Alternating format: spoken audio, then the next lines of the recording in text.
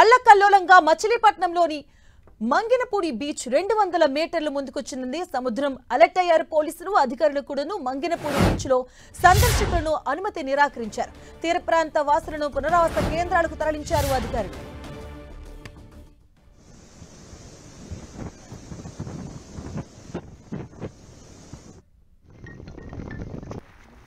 ఇదే అంశానికి సంబంధించిన పూర్తి డీటెయిల్స్ మా కరెస్పాండెంట్ జయరాజ్ అందిస్తారు. జయరాజ్, మాధవి, మెల్తాన్ తుఫాన్ మచిలీపట్నం వైపు దూసుకొస్తుంది. గంటకి 6 కిలోమీటర్ల మేర కదులుతా ఉంది. ప్రస్తుతం మచిలీపట్నానికి 150 కిలోమీటర్ల మేర కేంద్రీకృతమై ఉంది. గంటకి ఈ తుఫాన్ బలపడుతోంది. దీంతో పెద్ద ఎత్తున వర్షాలు మొదలైనటువంటి పరిస్థితి ఉంది. మచిలీపట్నం దగ్గర మంగినపూడి బీచ్ దగ్గర ఉన్నటువంటి బీచ్ లో మొత్తం సముద్ర అలలు ఉవ్వెత్తున ఎగిసిపడతా ఉన్నాయి. సముద్రం 200 మీటర్ల మేర ముందుకొచ్చింది. దీంతో సందర్శకులంతా కూడా ఆపివేశారు. అక్కడ పూర్తి స్థాయిలో పోలీసు బందోబస్తు ఏర్పాటు చేశారు. ఆ ప్రాంతానికి ఎవరిని కూడా అనుమతించేటటువంటి పరిస్థితి అయితే లేదు. మొత్తం మీద చూస్తే మచిలీపట్నం చీకటి వాతావరణం నెలకొంది. మొత్తం ఈ రోజు రాత్రికి మచిలీపట్నం కాకినాడ మధ్య తీరాన్ని దాటే అవకాశం ఉన్నట్టుగా వాతావరణ శాఖ కొద్దిసేపటి క్రితం ప్రకటించిన నేపథ్యంలో మచిలీపట్నంలో హై అలర్ట్ నెలకొంది. ముఖ్యమంత్రి కూడా దీనిపైన ప్రత్యేకంగా సమీక్షించారు.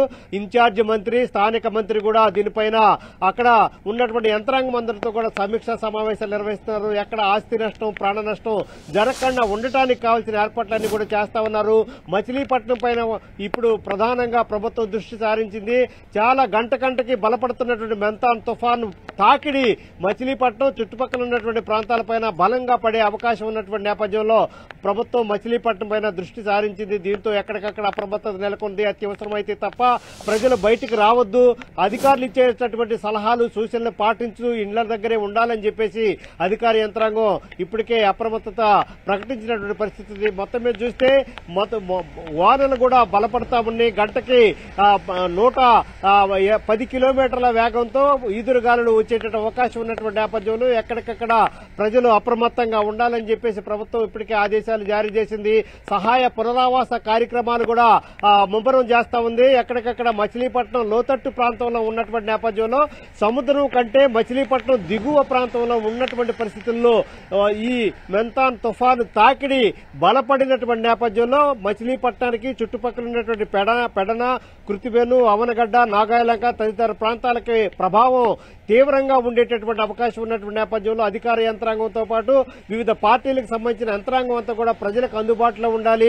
సహాయ పునరావాస కార్యక్రమాలకి యుద్ధ ప్రాతిపదికన రంగంలోకి దిగాలి.